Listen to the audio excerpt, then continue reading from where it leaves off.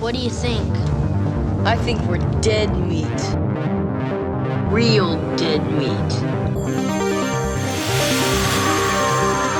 You're dead meat! Go ahead and laugh, you guys. If I ever find a little bastards that did this, they're dead meat. The movie begins with the title Crawl, read by Night Court's John Larroquette in his first ever role. For them, an idyllic summer afternoon drive became a nightmare. The movie begins with another title crawl, which summarizes the events of the first film and says that Johnny Law never found evidence of any crime. I wonder if they ever tracked down that semi-truck driver, or if that dude's still running. The movie begins, as is tradition by now, with a title crawl talking about the events of the first film, but now mentioning that Sally Hardesty died in 1977. Don't take that to heart though, cause it won't still be true by the end of the next movie. The movie begins with the title, paragraph, I guess? It's not crawling like the other movies. What, could they not afford a crawl? The movie begins with faux gritty footage of a crime scene and some familiarity, namely John Larroquette reprising his role as intro voiceover guy. For them, an idyllic summer afternoon became a nightmare. And, you know it, you love it, that jumpin' jack flashbulb sound effect. The movie begins at a slaughterhouse in 1939. Back in my day, we didn't need no Leatherface to slam our metal doors. Doors did it themselves, they did. The movie begins with opening credits that use stylized footage from the original to reorient the audience. The movie begins on the Sawyer farm, found in 1845. The movie begins in fond memory of Mom, a doer. The movie begins around a campfire at Camp Rolling Hills. The series begins with a kill. The movie begins in a girl's bedroom, cause how else you gonna get some immediate tits? The movie begins with a bell tower ringing. The movie begins with opening credits reminding us what happened in the first movie, while a subpar rock band screams the film's title at us. The movie begins with the TV tuned to Static in the Morning with Monica. The movie begins at a beach blanket party where spit is swapped and joints are passed. The movie begins by telling us that there are a whole lot of underground tunnels in the United States and that most of them are abandoned. Thanks for the fun fact, Jordan, but I came here to watch a horror movie, not to read a Snapple cap. The movie begins with a couple of dudes swimming around the seabed looking for titanium to fabricate better diving equipment. The movie begins on a suburban street in Metro Detroit. The movie begins with a fish and a title card.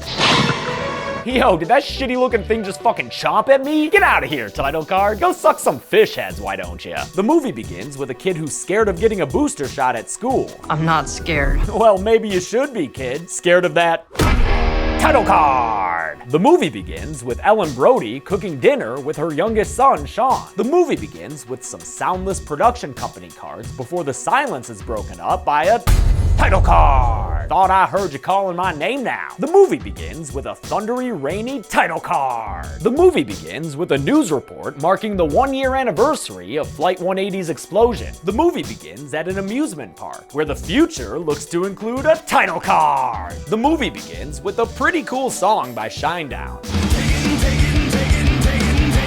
Awesome, I'm fucking pumped. Too bad this movie's about to shit the bed hard. The movie begins with a title card and looks like it's getting tested by Mythbusters. The movie begins at Universitat Zurich, an institute for medicine. The music video begins with a montage of our favorite Crystal Lake killer getting ready for school. The movie begins with a familiar severed head speaking into a void about how he's gonna get revenge on Herbert West, which he finds to be quite humorous.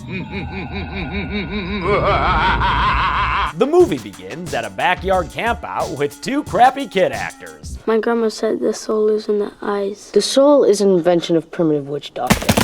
The movie begins with some whitewater rafting, where some women in a boat fight the water while laughing. The movie begins, once again, in the Appalachian Mountains, USA. The movie begins on Capitol Hill, where things are in even more disarray than usual. The movie begins with a title card and some dope-ass music by Philip Glass.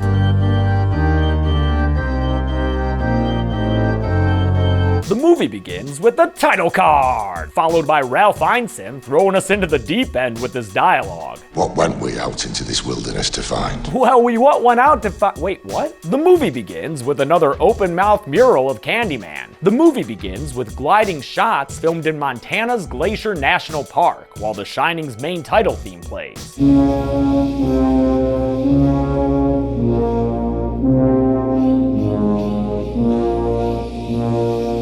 movie begins with a woman in her underwear. And if you like the sight of that, well, don't you worry, because I don't think this lady even knows how to wear pants. The movie begins with a shadow puppet show. Oh, do the dinosaur that eats everyone up. The movie begins in a spotless white dentist's room with opera music playing. The movie begins with a haunted house at Orange Grove Community Fair Horror Nights. The movie begins in Venice Beach, California, where high school senior Trish is ready to wake up and strip for the camera. The movie begins, much like the first one, with close-ups of a young woman sleeping. The movie begins by looking like a home video of your aunt and uncle's beach vacation. Seriously, is this an actual movie or what? It is, unfortunately. The movie begins with a TV show opening that introduces us to all the members of the Banana Split Show. The movie begins with a dude drinking beer in a station wagon. Hey, you want a beer? Beer is empty carbs, you idiot! The movie begins with an all-seeing corporate logo and a picture-perfect businessman. This is Henry Caslin Corps chairman, and he's damn glad to meet you. The movie begins in Brightburn, Kansas, just down the road there at the Briar Farm. The movie begins with a Devilman face on the cover of a game, LaBelle's Gambit. The movie begins with young Beverly Marsh floating in a sewer. Damn it, Bev, I told you that deadlights are like the eclipse. You're not supposed to look directly at them. The movie begins on a festive Christmas street with a festive Christmas title card. The movie begins with some bloody hieroglyphics that preview the grand scheme of this movie before cutting to a coffee card. The movie begins at a mansion in Beverly Hills. The movie begins with kick-ass Sondheim music as we follow some very 2007 CGI blood down into the floor and straight into a title card. Hit us with the wormy meat. Nice. The movie begins with a yearbook from a San Francisco middle school. Let's see who signed it. Oh, a crazy person. Cool. The movie begins in 1968 in Mill Valley, Pennsylvania. The movie begins with a poem about rock. The movie begins with a reporter. The movie begins with a news report.